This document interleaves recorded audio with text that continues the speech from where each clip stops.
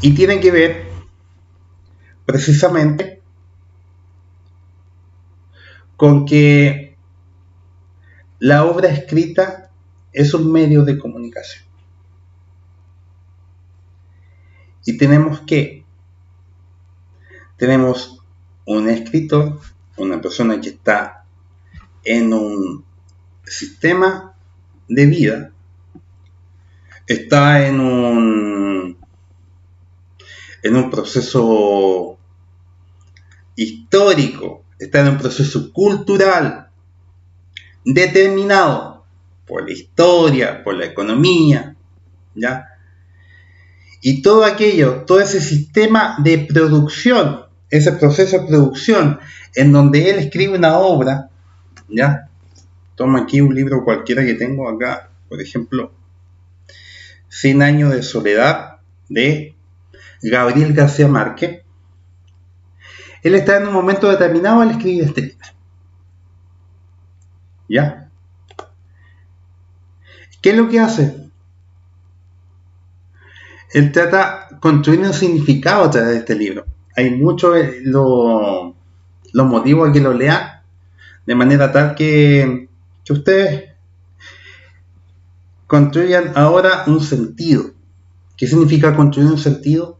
Ustedes interpretan, comprenden la obra. Una cosa es lo que quiere decir el autor, construye un significado, pero ustedes le dan un sentido. ¿Qué es lo que significa eso? Ustedes recepcionan el texto a través de sus experiencias personales. Cada uno tiene una forma distinta de entender una cosa u otra, ¿ya? Y eso tiene que ver con qué, con el horizonte de expectativa, ¿ya? Como decía Robert Jauss, el teórico, que comenzó con la teoría de la recepción, ¿ya? Allá por los años 50, los años 60, donde destruyen esta idea de que el texto de por sí se daba a entender, y ellos se dieron cuenta que no, que el receptor, que el lector tenía ya un bagaje. ¿Qué significa un bagaje? Tiene una historia desde ya. ¿Qué factores parten del proceso literario? Está el autor, ya, quien escribe la obra, que es el texto en sí, ya, y el lector. Quiero que tengan en cuenta, el texto sin lectura no tiene interpretación. El texto cobra vida al momento de que uno lo va leyendo. Y el lector es quien le da sentido y le da vida a la obra. ¿Ya? El libro no termina cuando es escrito por el autor. Quiero que lo tengan en cuenta. El libro es una extensión, queda con puntos suspensivos, y el que termina la obra es finalmente el lector.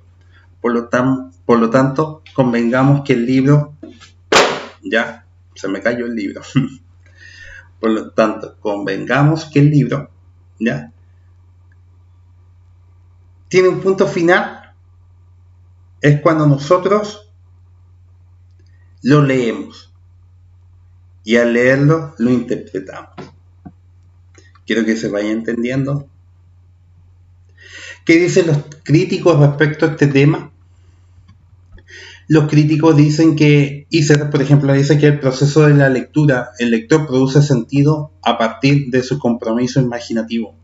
La imaginación es importante, la creatividad al momento de nosotros ir generando mundos posibles a través de la descripción de lugares, a través de la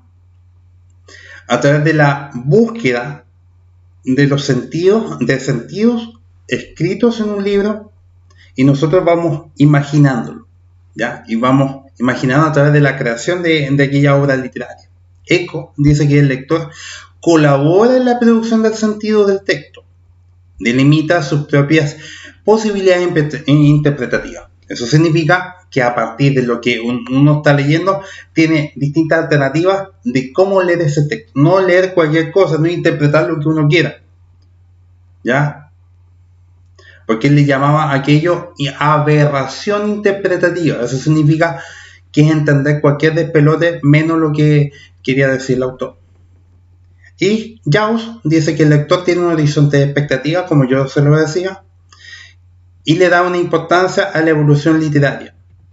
Y tiene una función social la literatura. Esa función social tiene que ver con qué? Con perpetuar la cultura, ¿ya? Con la búsqueda de los sentidos de los sentidos simbólicos que tienen algunas cosas, ¿ya? Por ejemplo, un libro que habla de la mujer en la Edad Media no es lo mismo a los libros que se escriben ahora con respecto a la mujer. Van variando. Y aquellas cosas tienen que ver con la cultura y la sociedad que va cambiando. El libro quiere vida ¿con quién? Con nosotros, con los lectores. Un libro cerrado, una biblioteca llena, no significa que tiene conocimiento. El conocimiento se va generando, se va formando, se va forjando a la medida que nosotros lo vamos leyendo. ¿Y qué factores influyen al momento de leer un libro? No es lo mismo un libro leído por un niño de 6 años. No es lo mismo un libro leído por una persona de 50 años. Por un adolescente como usted de 16 o 17 años no es lo mismo. Porque tiene que ver con la formación académica, con la cultura que ustedes han tenido, han ido teniendo a lo largo del tiempo. La edad, las emociones que ustedes tienen, las expectativas, lo que ustedes esperan también del libro, el gusto por la lectura, se lo obligaron a leer, obviamente van a entender una cosa muy distinta a la que estaba planteada por el autor. Y, por ejemplo, esta frase de William Shakespeare, que era dramaturgo y poeta inglés, el que escribió Romeo y Julieta, dice: duelen más las heridas del amor que las del odio. ¿Eso qué significa? ¿Qué interpretan ustedes? Obviamente una persona que haya tenido problemas amorosos en la vida, como la gran mayoría, puede interpretar esto. Sí, es verdad, es verdad, duele mucho la herida del amor. Pero si alguien que no ha tenido experiencias amorosas, ya, ¿qué puedes decir? No, el odio duele más. ¿A qué le llamamos amor? ¿Qué es para ustedes el amor? ¿Se van dando cuenta? Una sola frase puede tener distintas interpretaciones de acuerdo al lector o a quien lo está recibiendo. La recepción de un mensaje no es solamente, es como echarle ya una cucharita a una taza, ya, no es eso, sino que esta taza ya estaba llena antes de ser depositada la cuchara. Lo mismo pasa con el lector. Antes de leer ya tenía una cultura, una expectativa, algo que esperaba, un mundo detrás. Y cada uno tiene su mundo distinto para entender un libro.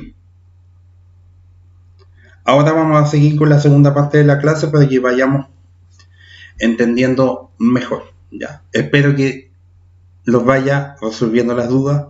Voy cerrando un poco, o no cerrando, sino que dando como pequeños resúmenes de la clase. La literatura no solamente la escrita, también existió una literatura oral. Y antes de la imprenta existió escritura, ¿ya?, a través de distintas formas, como los jeroglifos de los egipcios, ¿ya? Solamente la imprenta viene a dar una gran revolución a Occidente a través de la mayor rapidez para poder crear un libro, ¿ya? Y por eso, en vez de sacar una copia en un día, podían sacar 4 o 5 copias en un día. Y el primer libro publicado a través de la imprenta fue la Biblia.